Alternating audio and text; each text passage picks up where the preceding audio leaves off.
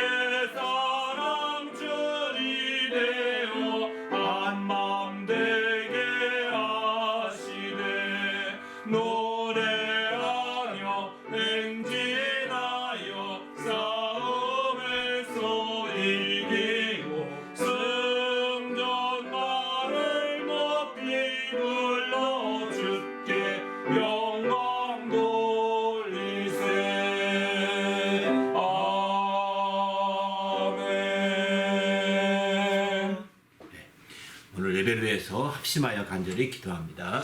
하나님 아버지여 감사합니다. 오늘 또 귀한 시간 하나님 앞에 나와 예배하며 영광되는 믿음의 모든 시간이 되도록 시간을 거룩하게 하시고 구별하여 주시옵소서. 은혜와 지혜로 충만하게 도와주셔서 하나님 영광을 드리며 하나님 이름으로 피기에 조금도 부족함이 없도록 거룩한 아버지 이끄시며 함께하여 주시옵소서. 생명과 성령이 충만하게 도와주시며 우리 하나님을 기쁘시게 하기에 부족함이 없도록 역사하여 주시옵소서. 우리 주님이 함께 하시고 인도하심을 감사함 은혜 가운데 풍성함으로 역사하여 주시옵소서. 예수 이름으로 기도하옵나이다.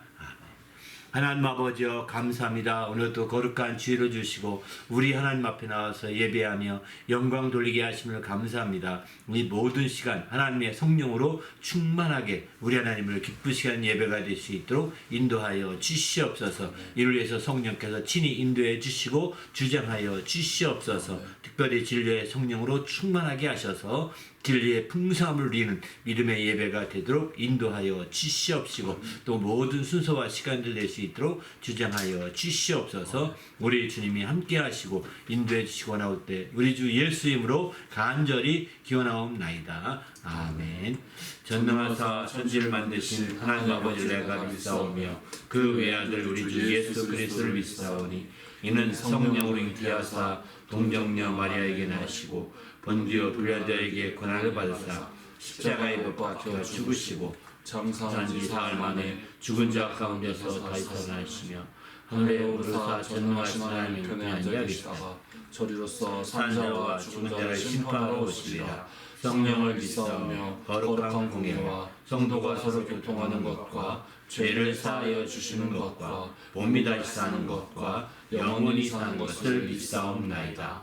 하늘에 계신 우리 아버지여, 이름이 거룩히 여김을 받으시오며 나라가 임하시오며 뜻이 하늘에서 이루어진 것 같이 땅에서도 이루어지이다. 오늘 우리에게 일용할 양식을 주시옵고 우리가 우리에게 죄 지은 자를 사하여 준 것 같이 우리 죄를 사하여 주시옵고 우리를 시험에 들게 하지 마시옵고 다만 악에서 구하시옵소서. 나라와 권세와 영광이 아버지께 영원히 있사옵나이다. 아멘.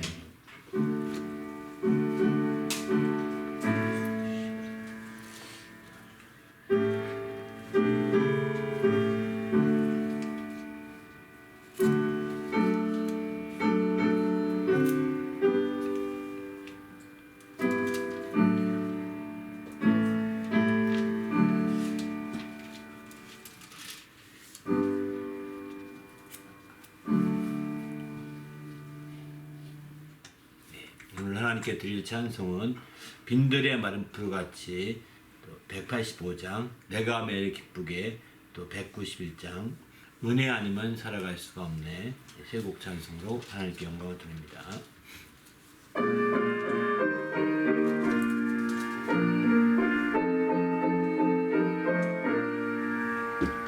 빈들의 마른 풀같이 시들은 나의 영혼, 주님의 약속한 성령 간절히 기다리네.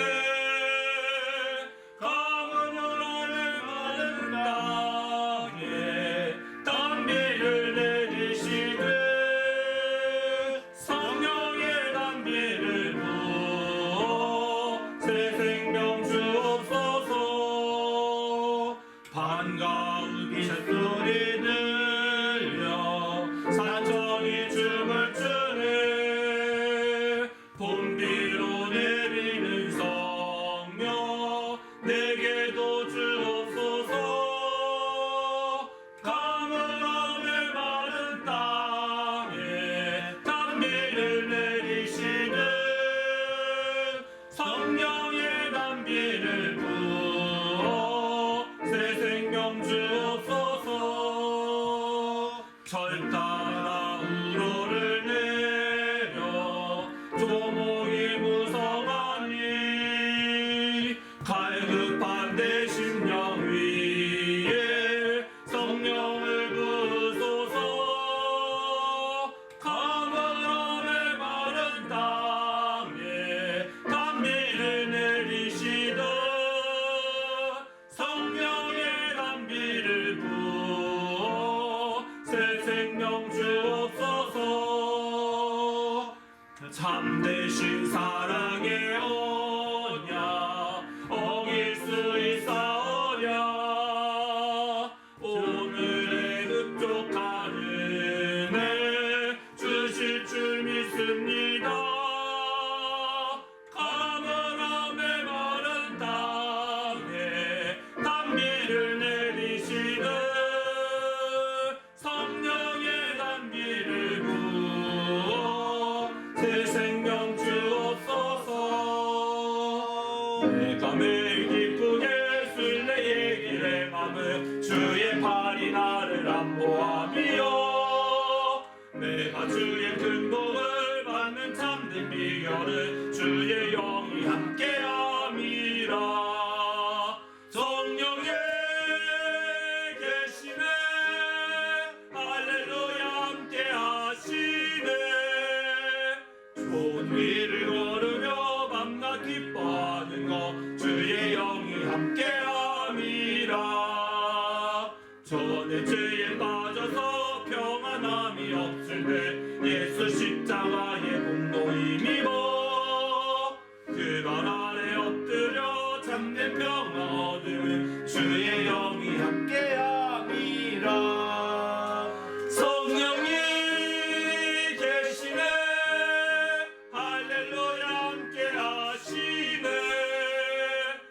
좁은 길을 걸으며 밤낮 기뻐하는 것 주의 영이 함께함이라.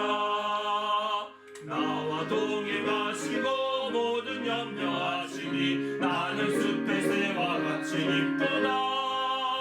내 기쁜 마음으로 주의 뜻을 행하네 주의 영이 함께함이라. 성령이 계시네 할렐루야 함께하시네. 좁은 길을 걸으며 밤낮 기뻐하는 것 주의 영이 함께함이라. 세상 모든 욕망과 나의 모든 정욕은 십자가에 이미 못을 박았네. 어두운 밤이 지나고 무거운 짐 벗으니 주의 영이 함께함이라. 성령이 계시네 할렐루야 함께하시네. 좁은 길을 걸으며 밤낮 기뻐하는 것 주의 영이 함께함이라.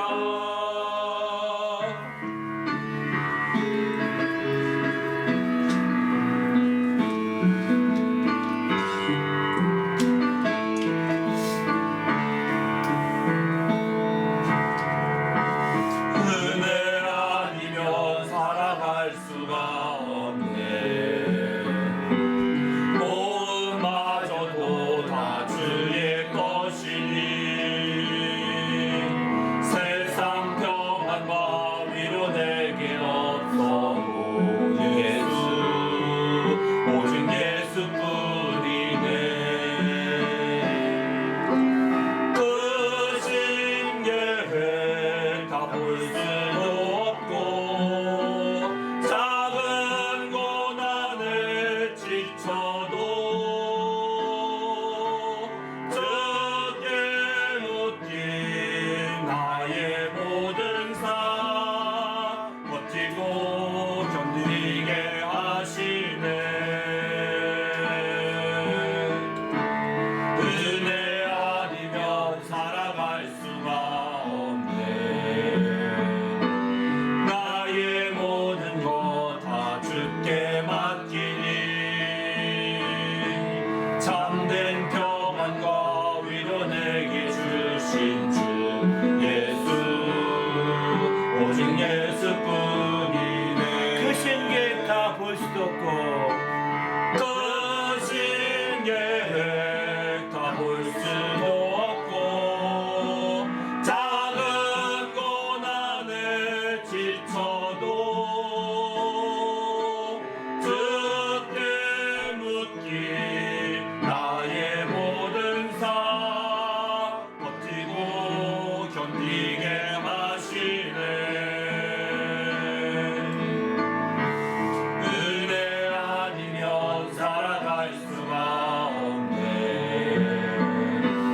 나의 모든 것 다 주께 맡기니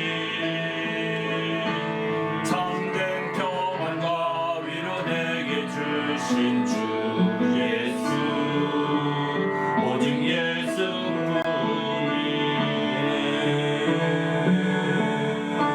예수뿐이네. 할렐루야 함께 기도하겠습니다. 오늘 또 하나님의 말씀으로 채워주시고 그 말씀이 우리에게 큰 힘이 될 수 있도록 인도해 달라고 간절히 합심해서 또 말씀 기도하시니 보험 기도하고 이어 말씀하도록 하겠습니다. 하나님 아버지여 감사합니다. 주님이 함께 하시기 인도해 주셔서 오늘 또 하나님 말씀으로 채우시고 은혜 가운데 풍성한 모든 시간이 될 수 있도록 거룩한 아버지여 이끄시고 함께하여 주시옵소서. 그래서 하나님을 기쁘시게 하며 주님 영화롭게 하기에 조금도 부족함이 없도록 거룩한 아버지 하나님 인도하시며 함께하여 주시기 원합니다. 진리로 충만하여 하나님을 기쁘시게 하는 시간, 복된 시간 되도록 이끌어 주시옵소서. 감사하오며 예수 이름으로 기도합니다. 하나님 아버지여 감사합니다. 오늘 또 거룩한 날 주시고 또 우리 하나님 앞에 나가서 예배하며 영광 돌리게 하심을 감사합니다.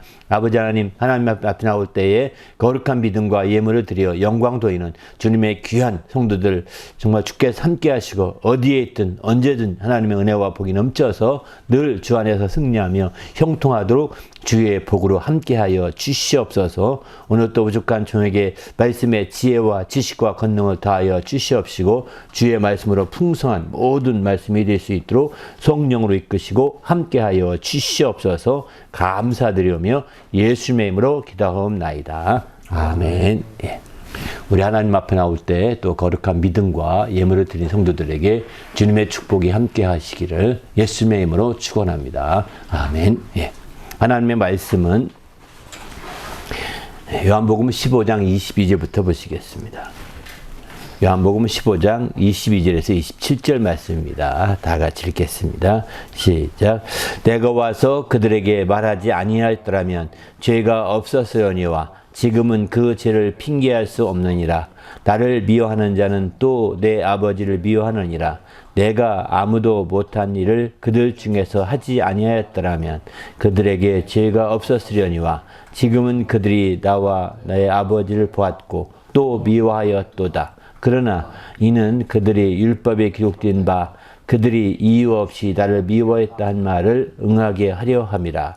내가 아버지께로부터 너희에게 보내서 곧 아버지께로부터 나오시는 진리의 성령이 오실 때에 그가 나를 증언할 것이요 너희도 처음부터 나와 함께 있었으므로 증언하느니라. 아멘. 성령을 보내시는 아버지, 이렇게 제목을 붙여봤습니다. 이제 원래 제목은 아버지께로부터 나오시는 성령, 이런 제목인데요. 좀 이렇게 거꾸로 이 말씀을 이제 정확히 아버지께로부터 나오시는 성령인데, 이걸 좀 아버지라는 그동안의 설교 제목을 통일시켜 왔기 때문에 좀 바꿔서 성령을 보내시는 아버지, 이렇게 제목을 붙여봤습니다. 오늘은 이렇게 제목을 정하고 말씀을 드리는 것은 바로 성령 강림절입니다. 성령 강림절은 예수께서 부활하신 후에 마침내 이제 7주간 지나면 7, 49일이죠. 그래서 부활하신 후에 49일이 지나 50일째 되는 날이 성령 강림절이거든요. 그날이 오순절이라고 표현합니다. 원래는 오순절인데 오순절 날에 성령이 임하셨다고 사도행전에 이렇게 표현하고 있죠. 아마 그래서 이 성령 강림절을 우리가 아주 기억이고 그 성령의 강림함으로 말미암아 마침내 교회가 시작되기 시작했거든요. 그 전까지는 성령이 강림하기 전까지는 교회라고 하는 표현이 제대로 예수님 몇 번 언급하셨지만 실질적인 교회는 아니었습니다. 모임이었지 교회는 아니었는데 이제 성령이 임하심으로 완전한 교회가 된 거죠. 왜 그러면 그렇게 얘기하느냐? 그것은 바로 성령이 그러면 그의 몸된 교회에 임하기 전에는 머리에게만 임했었던 거거든요. 예수님은 교회의 머리라고 하셨죠. 머리는 성령이 임해서 예수님과 함께 계셨는데 이제 알다시피 그 몸에는 성령이 안 임하면 어떻게 될까요? 머리와 몸의 차이가 있는 거예요. 통일이 안 된 겁니다. 머리와 몸이 같아야 함께 움직일 수 있는 거 아니겠습니까? 교회는 그리스도의 몸이라고 그랬거든요. 머리에게는 성령이 임했는데 교회 머리이신 그리스도의 성령이 임했는데 교회 몸에는 성령이 임하지 않았으니 이게 머리와 몸이 따로 노는 겁니다. 머리와 몸이 따로 노는 걸 보고 뭐라고 그러죠? 이게 죽은 것과 다름이 없는 거죠. 네? 이거는 살아있다고 말하기 어려운 거거든요. 그래서 주님께서는 성령이 임하기 전까지는 교회라고 공식적으로 이렇게 말하지 않았어요. 예수님이 이런 말씀도 하셨죠. 이제 당시에 12지에 따라다니면서 큰 모임이 이루지 않았습니까? 5,000명이 모이기도 하고 막 그 집회도 했거든요. 그런데 장차 교회를 세우리니 이렇게 말씀하시잖아요. 교회를 세웠다. 너희가 교회다. 이렇게 한 적이 없습니다. 장차 교회를 세우리니 이건 미래형으로 말하고 있는 거거든요. 마태복음 16장에 보면 그렇게 미래형으로 말씀드리고 있는 것은 바로 성령이 임하심으로 교회가 완전해지기 전까지는 교회를 세우리니 이렇게 계속 얘기하고 있는 겁니다. 그래서 우리는 성령이 임한 것이 얼마나 중요한 건지를 보여주고 예수님은 그래서 성령을 기다려라. 성령이 임하기까지 기다려라. 이렇게 계속해서 말씀하셨고 마지막 주님이 승천하실 때도 성령을 기다려라. 예수님은 떠나지 말고 성령을 기다려라. 이렇게 한 지 열흘 만에 예수님이 40년 40일 동안 생활하시다가 그리고 승천하신 후에 열흘 뒤에 50일째 되는 날에 오순절 날이었는데 그날에 성령이 임하시게 됩니다. 그래서 마침내 성령으로 말미암아 교회가 시작되게 되는 거죠.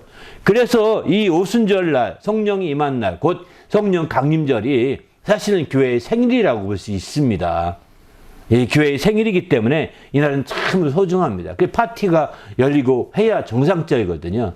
저희 교회도 오늘은 비빔밥 파티를 하려고 합니다. 왜 그럼 비빔밥을 하느냐? 그것은 바로 다른 것이 아니라 한 그릇으로 다 만족할 수 있는 게 비빔밥이잖아요. 성령 하나로 다 끝나는 겁니다. 주님은 성령 받기를 간절히 고대했던 것은 성령이 오시면 성령께서 예수를 증거해 주시고 또 인도해 주시고 가르쳐 주시고 성령이 또 복음을 전하 땅끝까지 전할 수 있도록 역사해 주시고 성령이 전도자요, 성령이 교사요, 성령이 목자요, 인도하시니까 목자인 거죠. 성령이 또 예수님을 확실하게 증하는 증언자가 되는 거거든요. 한 분 성령으로 모든 게 다 완전해지는 거거든요. 그래서 한 그릇으로 모든 거 완전해진 게 뭐가 없을까 고민하다가 바로 비빔밥이 바로 그런 거구나. 그래서 우리는 이제 성령 강림을 기다리고 성령이 임함을 기다리면서는 항상 비빔밥 파티를 좀 하면 좋겠다 해서 저희 가정에서는 늘 그렇게 했었는데 오늘은 교회적으로 좀 함께 이런 비빔밥 파티를 좀 하고자 하는 것도 이제 그런 데 있습니다. 아무튼 우리가 주님 안에서 더 적극적으로 이와 같은 성령을 우리가 사모하고 함께 해야 되는 거죠. 우리 그리스도인들은 믿는 자에게 성령이 받는 것, 믿는 자가 성령을 받는 것을 확실하게 신뢰해야 합니다. 믿는 자라고 한다면 성령을 받게 돼 있거든요. 성령이 그냥 막연하게 믿는 것이 아닙니다. 모호하게 믿는 것이 아니라 그 믿는 자들에게는 성령을 받는다. 이렇게 요한복음 7장 39절 보게 되면 그를 믿는 자들이 받을 성령을 가리켜 말씀하신 것이라 이렇게 말하잖아요. 믿는 자들이 받을 성령이 있다는 것입니다. 믿는 자들이 성령을 받게 되는 거죠. 또 사도행전 19장 2절 보면은 너희가 믿을 때 성령을 받았느냐 이렇게 베드로는 물어보거든요. 너 믿을 때 너 믿고 있는데 그래 성령을 받았니? 하고 물어보는 겁니다. 아니다. 우리는 성령의 계심도 듣지 못했다라고 당시의 사람들은 이렇게 말했습니다. 그냥 믿는 게 먼저고 그 다음 믿는 자들에게 성령이 임하게 되는 거죠. 이런 분명한 것들을 알아야 될 것 같습니다. 바로 우리가 갈라디아 3장도 보게 되면 이런 말씀도 합니다. 너희가 성령을 받은 것이 율법의 행위로냐 듣고 믿음으로냐. 율법의 행위를 지켜서 성령을 받은 것이 아니라 듣고 믿음으로 말미암아 성령을 받게 된 것이다 라고 이렇게 말하고 있습니다.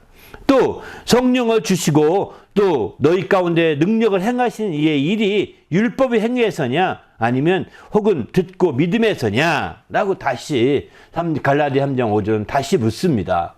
이럴 만큼 실제 믿음에 더 전제가 되겠는 거죠. 믿음은 알다시피 듣고 믿음에서라고 한다면 들음에서 믿음이 나는 것입니다. 들음에서 기본적인 조건은 믿음이 뚝 떨어지는 게 아니면 어느 날 갑자기 자기 확신을 가졌어. 이게 믿음이 아닙니다. 이건 신념에 불과한 것입니다. 아 이렇게만 되겠다. 어느 날 툭 떨어지게 되면 이건 신념적인 것이지 신앙의 믿음이 아니거든요. 신앙의 믿음은 하나님 말씀을 들음으로 말미암아 믿음이 생기게 되어 있습니다. 이렇게 바로 믿음이 생겨진 자들이 성령을 받게 되는 것이고 성령이 임해서 그 모든 믿음을 확증해 주는 것이죠. 그래서 우리도 믿음을 가진 자들은 이제 하나님 다 믿음을 가졌습니다. 성령이 임하여 성령을 받게 해주십시오. 정말 나의 입장에서는 받았다 이런 표현을 쓰는 것이고 하나님의 관점에서는 성령이 임하였다 이런 표현을 쓰는 거거든요. 하나님께서 내 속에 성령이 임하게 해주십시오. 내가 성령을 받게 해주십시오. 여기 받다라는 표현을 너무 인격적인 비인격적인 표현을 쓰고 있는 것 같다. 어떤 분들은 이렇게 해석도 하더라고요. 성령은 삼일체의 한 위가 되시는 분이신데 성령을 무슨 공을 던지고 받는 것처럼 받냐 이렇게 말하지만 성경은 분명히 성령을 받는다 이런 표현을 쓰는데 이 표현은 그저 성령을 모신다는 표현과 다름이 없는 거죠 사실은. 이게 영어 표현은 receive거든요 다. 리시브이기 때문에 성령을 모신다, 받는다, 영접한다 이런 표현도 다 들어 있습니다. 그러나 우리말 성경에서는 성령을 받는다. 보통 이렇게 표현하니까 그냥 우리 입장에서는 성령을 받는 것이죠. 그런 의미에서 이제 그 성령을 받는 것이 믿는 자들에게 바로 꼭 필요하다는 것을 성경을 강조하고 있습니다. 그러면 이렇게 성령을 받기 위해서 믿음이 필요한데 그 믿음의 중심에는 성령 받기 위한 믿음의 중심에는 어떤 요소들이 있을까요? 믿음의 중심에는 성경에 이런 말씀합니다. 성령이 임하던 날 이제 베드로가 설교하면서 내린 결론 중에 하나입니다. 베드로가 2장 38절에 보게 되면은 38절 39절에 보면 베드로가 이르되 너희가 회개하여 각각 예수 그리스도의 이름으로 침례를 받고 죄 사함을 받으라. 그리하면 성령의 선물을 받으리니 이 약속은 너희와 너희 자녀와 모든 먼데 사람 곧 주 우리 하나님이 얼마든지 부르시는 자들에게 하신 것이라. 이렇게 말씀합니다. 그러니까 여기에 우리의 믿음에는 세 가지가 있다는 거죠. 세 요소가. 성령을 받기 위한 믿음에는 세 가지 요소가 필요한데 그것은 먼저 각각 회개하는 것입니다. 각각 정말 회개하고 그리고 각각 침례를 받는 것입니다. 그리고 세 번째는 각각 죄상을 받는 것입니다. 이 세 가지 요소가 다 믿음으로 이루어진 일들이거든요. 회개하는 것도 믿음이 없으면 회개하지 못합니다. 침례 보통 이제 장로교에서는 세례라고 표현하는데 저희는 침례교회이기 때문에 그 원어 의미 그대로 살려서 침례라고 우리는 표현하거든요. 그것 때문에 침례교회가 생기게 된 거거든요. 왜냐하면 침례는 잠길 침자를 씁니다. 물에 완전히 잠기는 것입니다. 반면 세례는 씻을 세자 쓰거든요. 물을 뿌리듯이 씻는다고 해서 상징적으로 뿌리기만 합니다. 약식이죠. 그래서 이것 때문에 침례교회에서는 이제 침례를 받는데 아주 이 침례 때문에 2천만 명 많은 사람이 순교했습니다. 초대교회 성도들이 침례받는다고 순교했다고 카톨릭에 의해서 순교됐어요. 그렇기 때문에 그런 뒤에 후예들이기 때문에 이런 침례에 대해서 아주 굉장히 강조하는 게 이제 침례교회죠. 그런데 이게 순교할 만큼의 믿음이 있어야 침례받는 거지 믿음이 없으면 순교할 믿음이 없으면 침례 못 받습니다. 그냥 약식으로 대충 하면 안 돼요? 이렇게 대충 하면 안 돼요? 이렇게 얘기하지만 사실은 신앙이 대충이 없잖아요. 그죠? 할 수만 있다면 정식으로, 할 수만 있다면 더 깊이 있게, 더 확실하게, 성실하게 임하는 게 신앙이지. 그냥 대충 약식 이런 식의 개념은 세상에서 만들어낸 개념이지. 바로 이제 성경 신앙적으로 이룰 수가 없는 겁니다. 사실은. 임시적인 것은 신앙적인 것이 아니잖아요. 영원한 것이고 더 확실한 것이 분명한 거죠. 이게 바로 믿음으로 행하는 것들 중에 대표적인 것이죠.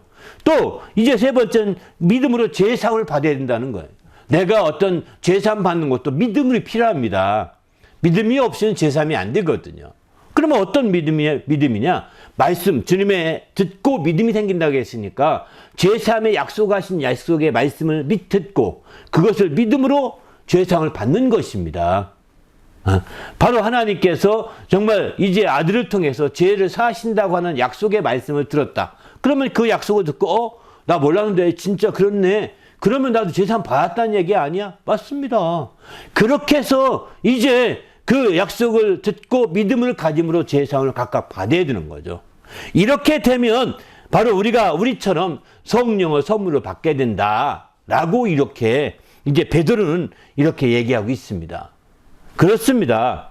바로 우리는 주님 안에서 이 약속은 너희와 너희 자녀와 모든 먼데 오늘날 21세기 사는 우리들에게까지 모든 먼데는 그 표현입니다. 바로 21세기 우리들까지도 우리 주 하나님의 얼마나 부르신 자들에게 하신 약속이라는 겁니다. 이 약속은 21세기도 여전히 유효한 약속입니다. 그래서 우리는 이런 약속을 말씀 붙들고 믿는 자들이 주님 저도 성령 받게 해주십시오. 저도 성령이 임하게 성령을 보내주십시오. 이렇게 우리가 주 앞에 간절히 간구할 수가 있는 거죠. 저도 이제 믿고 침례도 받고 제사함도 받았습니다. 이제 그러니 이렇게 성령을 받게 해달라고 간절히 간구할 수 있는 거죠. 또 그러면 이렇게 성령 받게 된 케이스를 또 보게 되면 사마리아 교회도 그들이 믿는다는 소리를 들었습니다. 빌립이 가서 막 복음을 증거하면서 많은 민자가 생겼거든요. 사마리아 교회가. 사도행전 8장을 보게 되면 사마리아도 하나님 말씀을 받았다 하며 듣고, 하나님 말씀을 받았다 하는 것은 믿음을 생겼다 이런 뜻이거든요. 하나님 말씀을 받았다 하며 듣고 베드로와 요한을 보내게 됩니다. 그들이 내려가서 그들에요 성령 받기를 기도했다고 했습니다. 이는 한 사람에게도 성령 내리신 일이 없고 오직 주 예수 이름으로 침례를 받을 뿐이었다. 그들이 성령 받기 전에 침례도 받았습니다. 그죠? 또 그들이 믿고 침례도 받고, 그들이 또 제사함 침례 받으려면 제사함의 확신을 가져야 되거든요. 이렇게 그들이 이렇게 되어서 마침내 바로 이제 베드로와 요한에 가서 성령을 받기 위해서 기도했더니 성령이 임했더라는 겁니다. 이렇게 얘기합니다. 사도행전 19장도 보면 에베소 교회 얘기거든요. 너희가 믿을 때 성령을 받았느냐? 이렇게 물어보니까 요한의 침례다. 그들이 우리가 성령의 계심 듣지 못했다라고 그렇게 말하면서, 그러면 바울이 너희가 무슨 침례를 받았느냐 하니까 요한의 침례다 이렇게 말합니다. 그러니까 4절에 바울이 이르되 요한이 회개의 침례를 베풀어 백성에게 말하되 내 뒤에 오신 이를 믿으라 하였으니 이는 곧 예수를 하거늘 그들이 듣고 주 예수의 이름으로 침례를 받으니. 그러니까 요한의 침례와 주 예수를 받는 침례는 좀 다릅니다. 요한의 침례는 예수님께 가도록 안내하기 위한 침례, 임시적인 침례였다고요. 그것도 물에 똑같은 잠기는 행위인데, 그런데 이제 예수님의 이름으로 침례받는 것은 예수와 함께 죽고 예수와 함께 다시 산다고 하는 약속을 신뢰하고 침례받는 거거든요. 그러니까 차이가 있는 거죠. 그래서 요한의 침례를 했다는 것은 회개의 침례이기 때문에, 아, 너희가 회개했구나. 그러면 이제 너희가 믿어서 회개했으면 이제 바로 예수 이름으로 침례를 받자. 이렇게 해서 침례를 받게 됩니다. 그래서 마침내 그리고 그들에게 죄사함을 각각 느끼고, 그리고 6절에 보면 바울이 그들에게 안수함에 성령이 그들에게 임하여서 방언도 하고 예언도 하게 되었다 이렇게 말하고 있습니다. 바로 이런 걸 본다면 이 성령이 임하기 전에 세 경우에, 성경에 나온 세 경우에 해당되는 경우에 이렇게 회개와 침례와 죄사함 이 세 가지 요소가 믿음으로 이게 모아진 거라는 겁니다. 그러면 나는 침례 안 받았는데 성령 받을 수가 없겠네요. 이렇게 말할 수도 있을 거 믿는 분이 많을 것입니다. 그런데 한 가지 예외적인 것으로 사도행전 10장에 보게 되면 나옵니다. 여기는 성령 받고 난 다음에 침례를 받은 경우를 말하거든요. 침례가 먼저가 아니라 전제가 아니라 침례가 뒤에.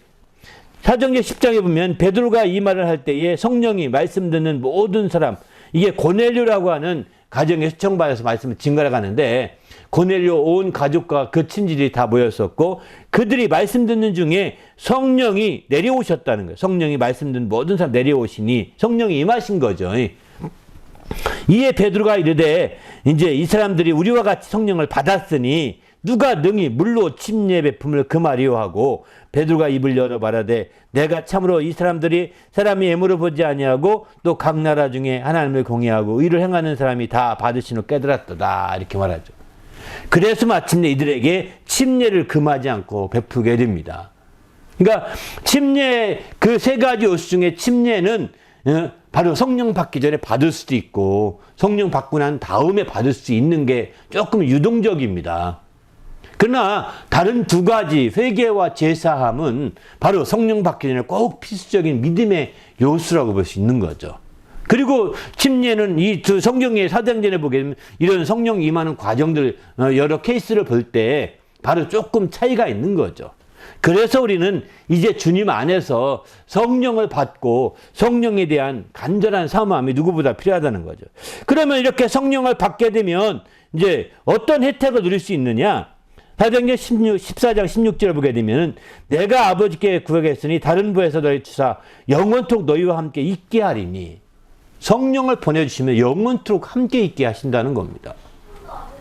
바로 하나님이 우리와 함께, 그래서 이것을 사도 바울은 인친다, 성령으로 인을 친다 이런 표현하거든요. 인을 치게 되면 흔들림이 없는 거 아니겠습니까? 요동치지 않고 흔들리지 않고 이제 하나로 돼가는 거죠. 이렇게 영원히 함께 하심을 인친다는 거예요. 그래서 성령이 임하시게 되면 이렇게 성령의 보혜사, 성령의 별칭을 보혜사라고 표현하는데 이 보혜사가 마침내 영원히 함께 있게 하리니 이는 진리의 영이라 세상이 능히 그를 받지 못하나니 세상은 알지 못하고 받지도 못한다는 겁니다. 그를 보지도 못하고 알지도 못함이라. 그러나 너희는 그를 아나니 그는 너희와 함께 거하시며 너희 속에 계시겠음이라. 이렇게 말합니다. 바로 성령이 우리 안에 계시고 우리와 함께 계시고 우리 속에 계신다는 거예요. 그리고 마침내 그 성령은 영원히 떠나지 아니하시고 우리와 영원히 함께 있게 하신다고 이렇게 말하기 있어요. 그러니까 성령이 늘 함께하는 그 행복을 누릴 수 있는 것이죠. 정말 우리는 주님 앞에서 하나님의 인도하심을 늘 누구나 받고 싶을 것입니다. 하나님의 이끌어 주심을 받고 싶을 것입니다. 하나님의 인도하심을 받고 싶을 것입니다. 그런데 바로 그 하나님의 인도하심을, 하나님의 이끌어 주심을 성령으로 이루어 주시고 있는 것입니다. 성령으로, 삼위일체가 되시는 성령으로 함께 이끌어 주시는 거죠. 인도해 주시는 거죠. 또 그뿐만 아닙니다. 요한복음 10장 26절 보게 되면은 보혜사 곧 아버지께서 내 이름으로 보내실 성령, 그가 너희에게 모든 것을 가르치고 내가 너희에게 말한 모든 것을 생각나게 하리라. 성령이 모든 것을 가르쳐 주시고 또 내가 예수께서 가르쳐 주신 말씀들을 생각나게 한다는 거예요. 여러분 설교 그전에 들었던 설교 들었던 것들 생각하고 싶은데 생각이 안 나거든요. 아 그때 그렇게 말씀했는데 그게 뭐였지? 아마 그거 참 좋았는데 이렇게 생각하지만 잊어진단 말이에요. 그죠? 잊혀지지 않게 생각나게 하는 것도 성령이 생각나게 하시고 또 가르쳐 주신다는 겁니다. 이런 혜택을 누릴 수가 있는 거예요. 성령을 받게 되면. 더 나가서 사도행전 요한복음 16장 13절에 보게 되면은 진리의 성령이 오시면 그가 너희 모든 진리 가운데 인도하시리니 그가 스스로 말하지 않고 오직 들은 것을 말하며 장래일을 너에게 알리시리라. 이렇게 말합니다. 바로 성령이 임하시게 되며 진리의 성령이 오시면 우리를 모든 진리 가운데로 인도하신다는 겁니다.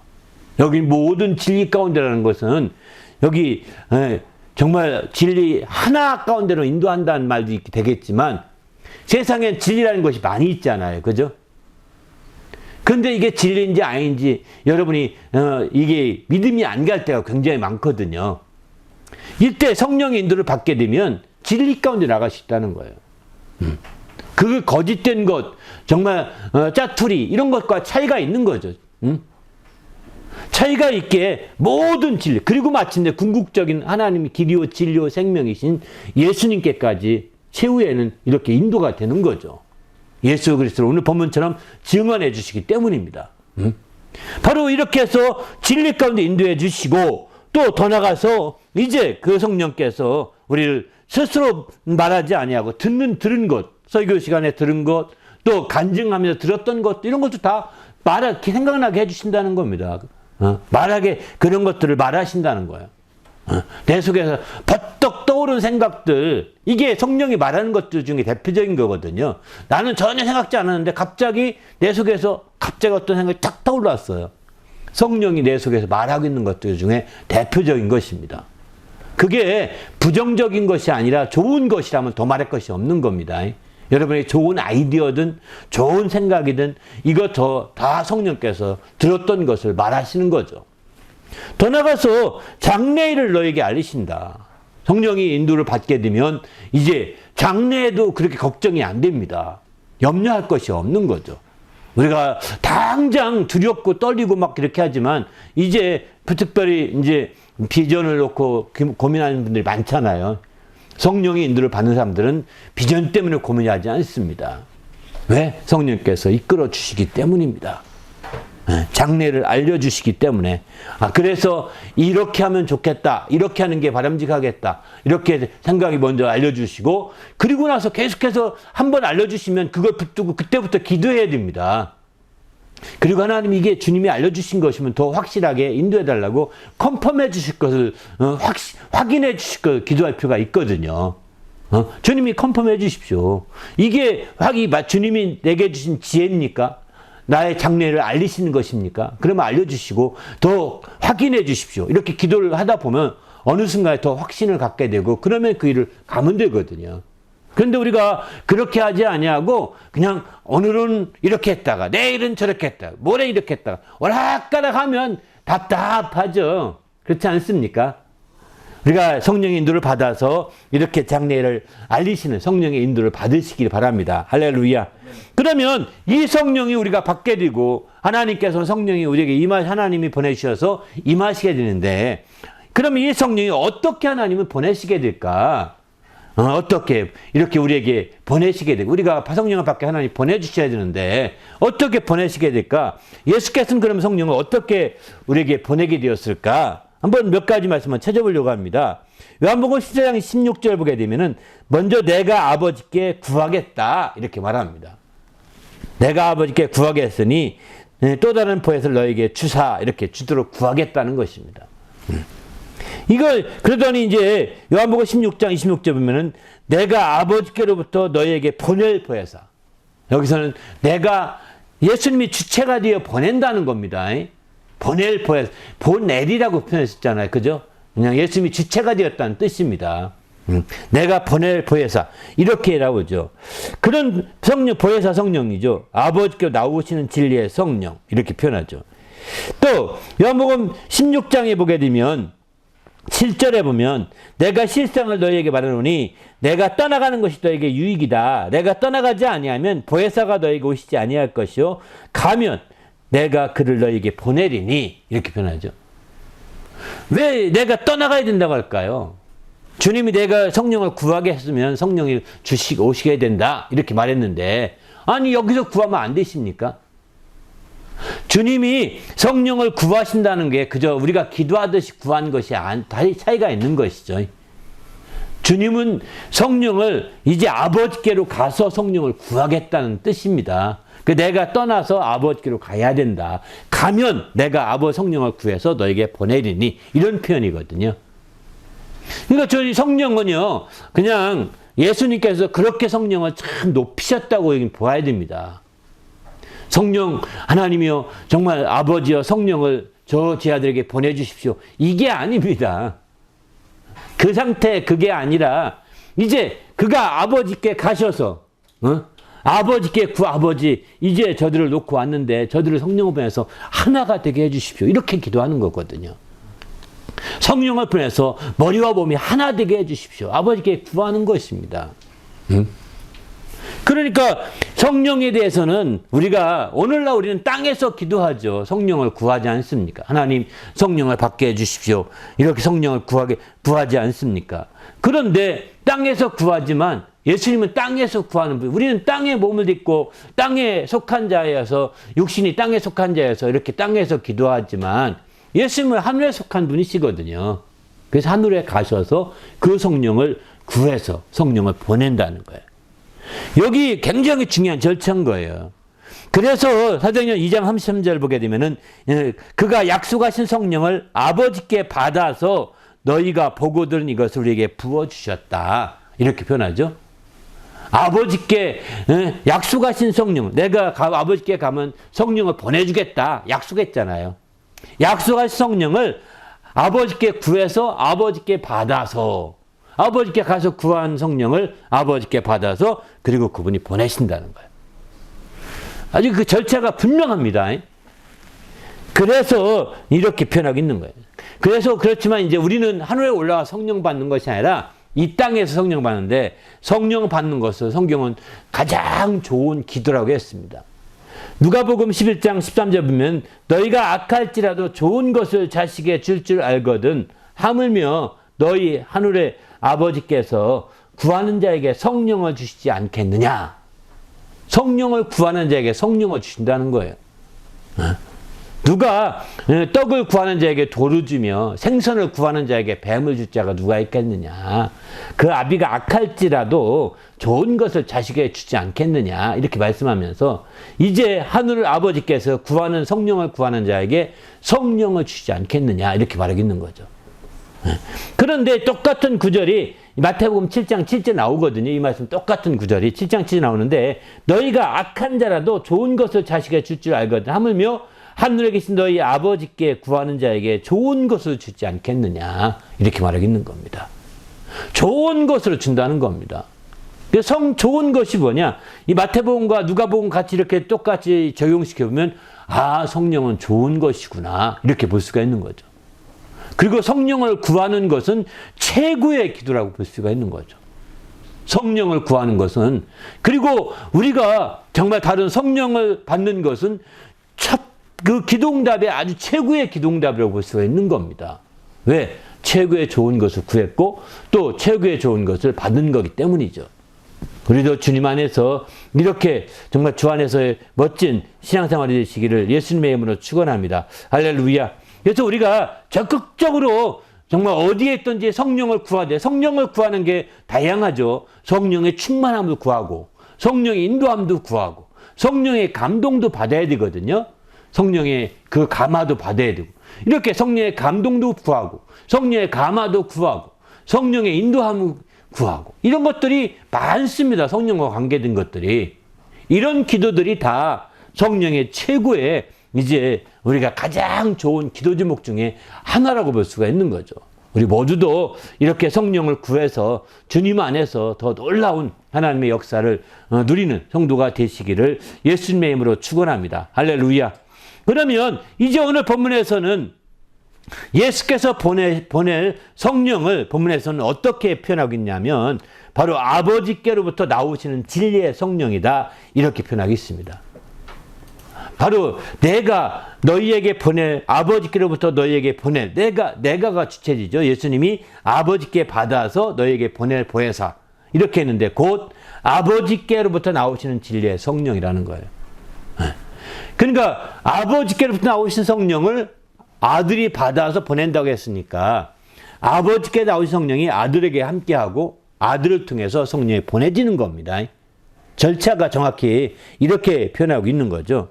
바로 이제 사도행전 2장 33절 보면 그 약속한 성령을 그가 받아서 보고들은 이것을 보내준 거다, 이렇게 말한 것처럼 약속한 성령을 그가 받아서 보내주신 것. 그러니까 아버지에게서 나오신, 원래 처음에 기원이 아버지였다는 것입니다.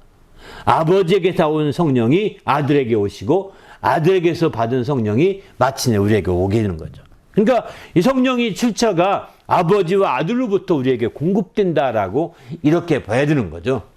그래서 우리는 여기 이 아버지로부터 나오시는 진리의 성령, 또 요한복음 10장 26절에서는 이제 이렇게 표현합니다. 보혜사 곧 아버지가 주체가 된다고 표현할 때는 내 이름으로 보내실 성령, 이렇게 표현합니다. 아버지께서 주체가 되셔서 아버지께서 내 이름으로 보내실 성령, 이렇게 표현하고 있습니다. 그러니까 아버지가 주체가 될 때는 이제 성령에 대해서도 보내실이라는 단어를 씁니다. 시자라고 하는 존칭어를 쓰고 있습니다. 또 이제 위에도 나오시는 시자 붙였지 않습니까? 그죠? 존칭어를 쓰는 거예요. 왜? 아버지와 동일하게 보고 있는 거죠. 성령이 지금 아버지가 완전히, 여기서 그러면 성령이 아버지와 나오시면 성령이 아버지부터 분리된 것이냐? 예수님도 아버지께서부터 나왔다고 그러잖아요. 그죠? 그러면 예수님이 아버지와 분리됐잖아요. 이렇게요. 이 땅에 오셨으니까. 그런데 성령도, 아버지께 나오신 성령도 분리됐느냐? 성령은 분리되지 않습니다. 아버지부터 완전히 한 번에 나와버리는 것이 아니라 아버지 안에 계시고 계속 성령이 나오신다는 거예요. 나오시는이라는 표현은 현재 진행형이거든요. 아버지에게 지금 성령도 함께 계시고 아들에게도 함께 계시고 우리에게도 함께 있는 거예요. 저는 이게 이해가 안 됐습니다. 사실은. 처음에 예수 믿을 때 아니 성령이 아버지에게도 계시고 아들에게도 계시고 저 목사님에게도 계시고 또 어떤 집사님에게도 있고 나에게도 있고, 이렇게 어떻게 성령이 한 성령인데 이렇게 되지? 희한하네.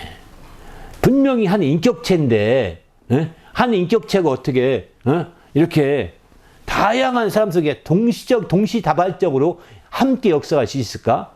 물론 전제가 있죠. 하나님이라면 가능하죠. 이렇게 하나님이라고는 무조건 전능하신 하나님을 전제를 하면 무조건 믿어야 되거든요. 그럼에도 불구하고 이해가 안 됐습니다. 그래서 이해가 안 되는데요. 이게 가능한 일입니까? 아니, 하나님이라고 하더라도 아들이 나오셨잖아요. 그죠? 품속에서 나오신 독생하신 하나님이라고 표현했거든. 하나님 예수 그리스도를. 그러니까 그러면 아버지와 아들이라고 표현하잖아요. 이렇게 완전히 분리되거든요. 이게 분리되기가 정상적인데 이제 분리되지 아니하고 이게 다 속에 다 있어요. 이게 어떻게 이해돼야 되는가? 저는 고민하고 있다가 어느 날 21세기 말에 무선으로 인터넷 뜰 때를 보면서 그때 깨닫게 됐어요. 무선 인터넷 여러분 해보셨죠? 동시다발 접속이 가능합니다. 세상이 이렇게 발달한 게 이미 주님은 이런 발달이 너무 쉽잖아요. 서버에 동시에 접속할 수 있거든요. 똑같은 거를 수십 명이 동시에 볼 수가 있다니까요.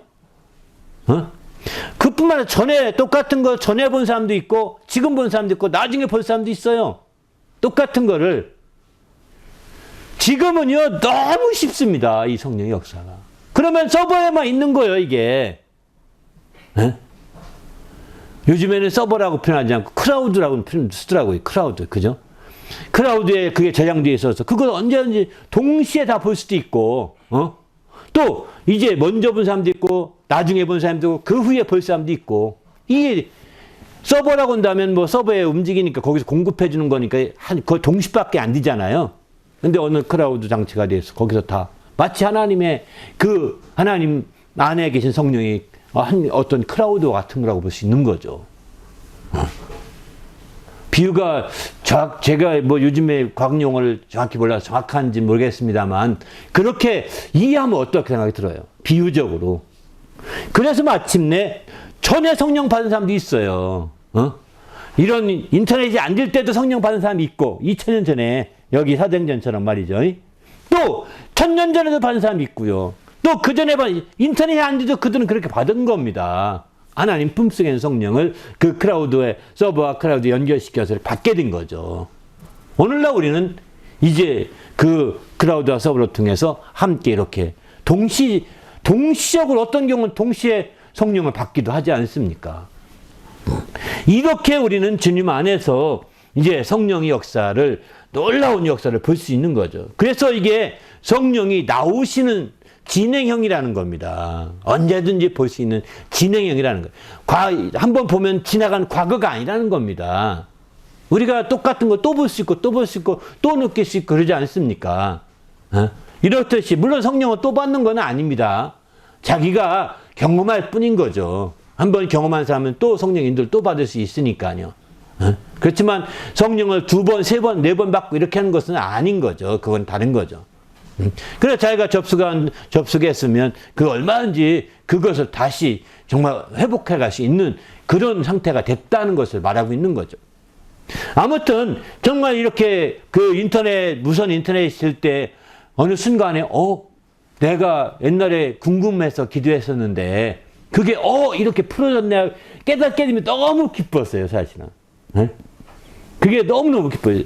저는 저 컴퓨터 처음부터 도트 프린터 시대부터 컴퓨터를 썼거든요. XT, AT, 386, 486, 586 쭉 다 썼죠. 그렇게 해서 그때부터 컴퓨터 작동하고 다 했지만 인터넷은 한참 좀 지나섰잖아요. 그죠? 근데 무선 인터넷 그 뒤거든요.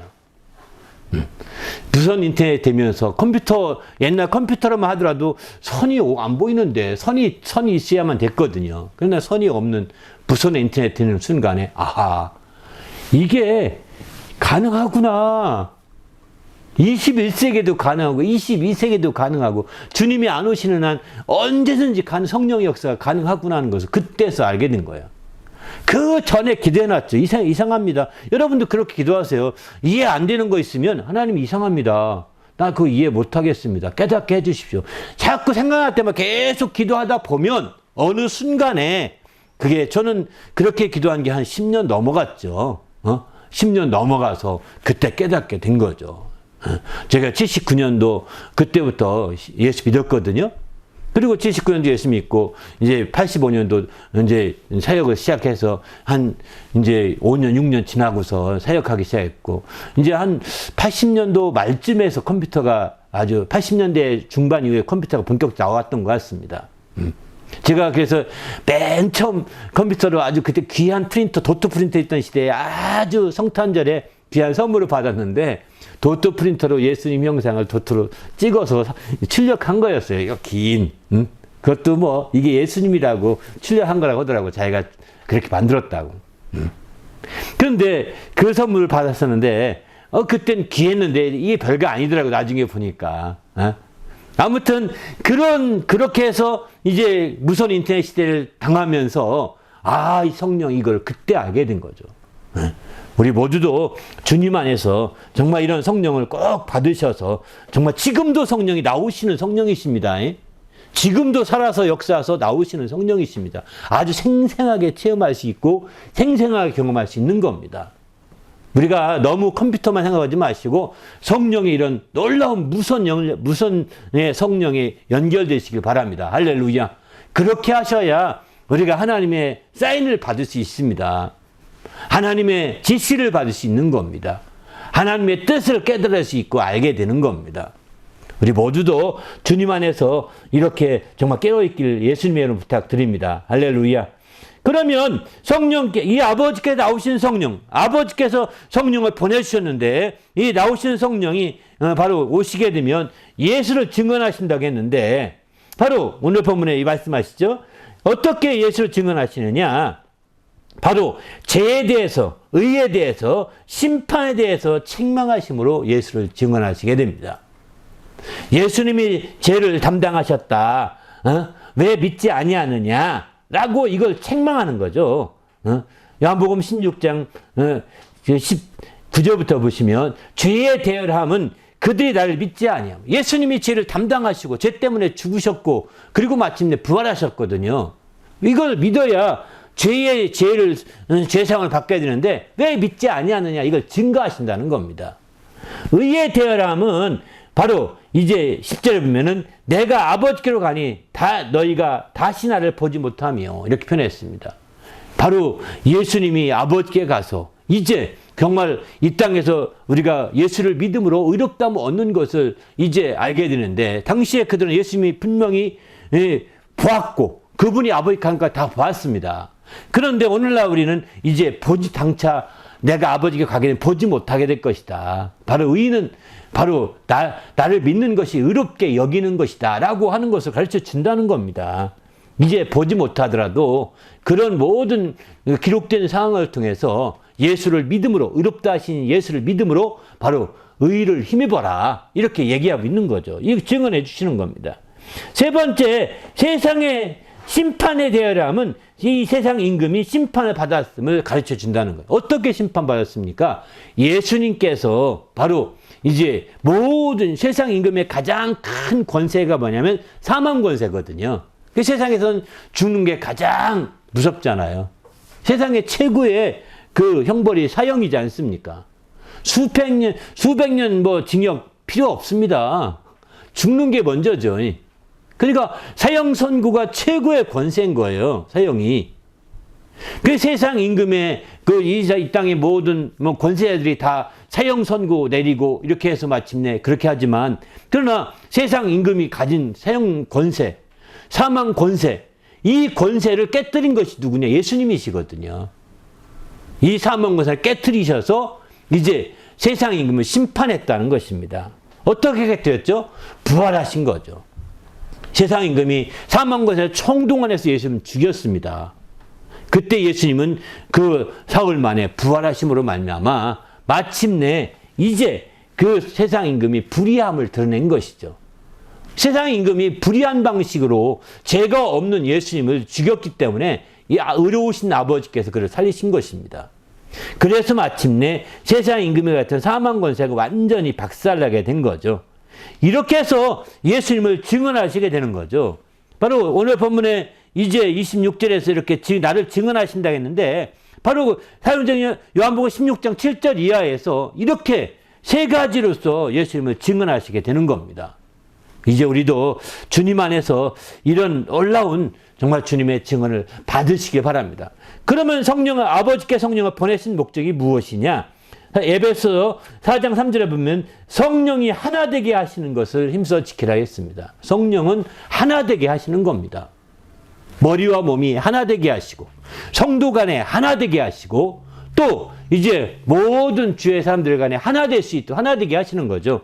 바로 머리와 몸이 하나 되게 하셔서 함께 통일되게 하는 것이죠. 성령이 하나 되게 하신다는 거예요. 그래서 뭐 어떻게 하느냐? 2장 18절 보게 되면은 바로 둘이 한 성령 안에서 아버지께 나감을 얻게 하려 합니다. 이렇게 표현합니다.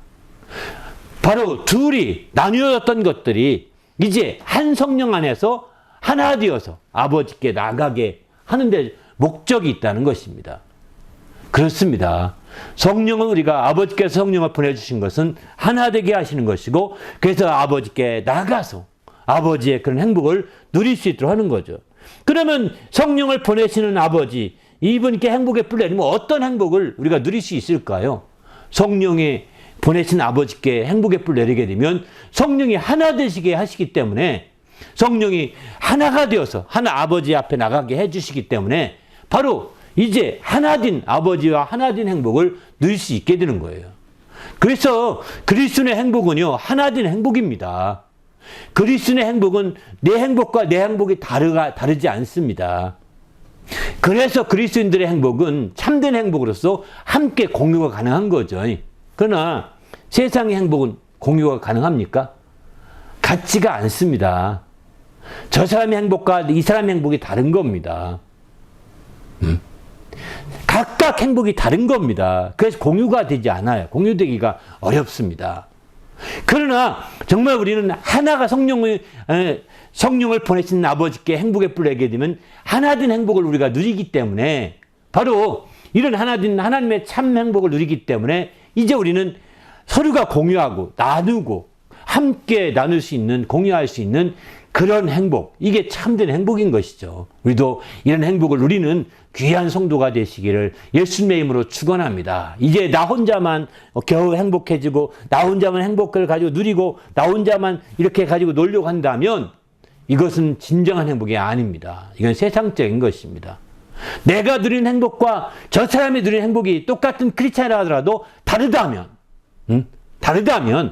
이거는 뭔가 이상한 겁니다. 성령으로 하나 된 행복이 아니라고 볼 수 있는 거죠. 우리 모두가 성령으로 하나 된 귀한 행복을 가지고 함께 공유하고 크리스찬으로서 함께 동역하고 함께 나누는 귀한 삶이 되시기를 예수님의 이름으로 축원합니다. 할렐루야. 오늘 말씀 생각하며 기도할 때 하나님 아버지, 내가 마지막 때 성령을 보내시는 아버지께 행복의 뿔 내려서 이렇게 하나 된 행복으로 더 행복해질 수 있도록 인도해 달라고, 그래서 더 공감하게 하시고 더 누리게 하시고 더 힘있게 하셔서 주 안에서 늘 승리하며 형통하도록 주의 보고 되달라고 간절히 기도하겠습니다. 하나님 아버지여, 감사합니다. 오늘 또 귀한 함께 하심을 감사합니다. 하나님의 성령으로 충만하여 이처럼 하나님의 행복으로 행복할 수 있도록 인도하여 주시옵소서. 그래서 주님을 기쁘시게 하며 영화롭게 하기에 조금도 부족함이 없도록 거룩한 아버지 이끌어 주시옵소서. 성령 충만하여 하나님의 귀한 행복을 누리게 도와 주시옵소서. 우리 주님이 함께 하심을 감사하오며 예수님의 이름으로 기도하옵나이다. 아멘.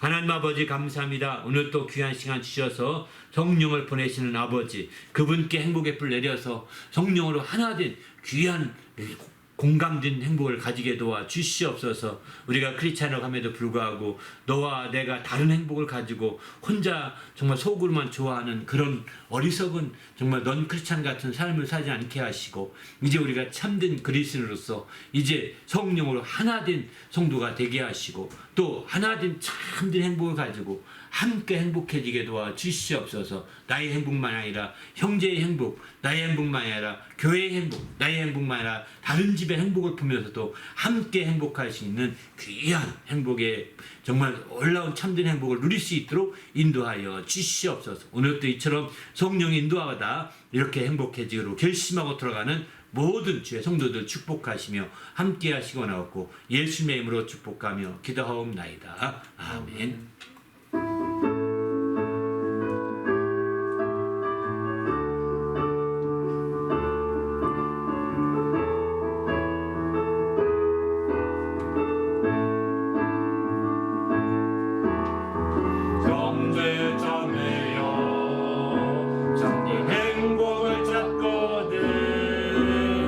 예수님을 만나보세요.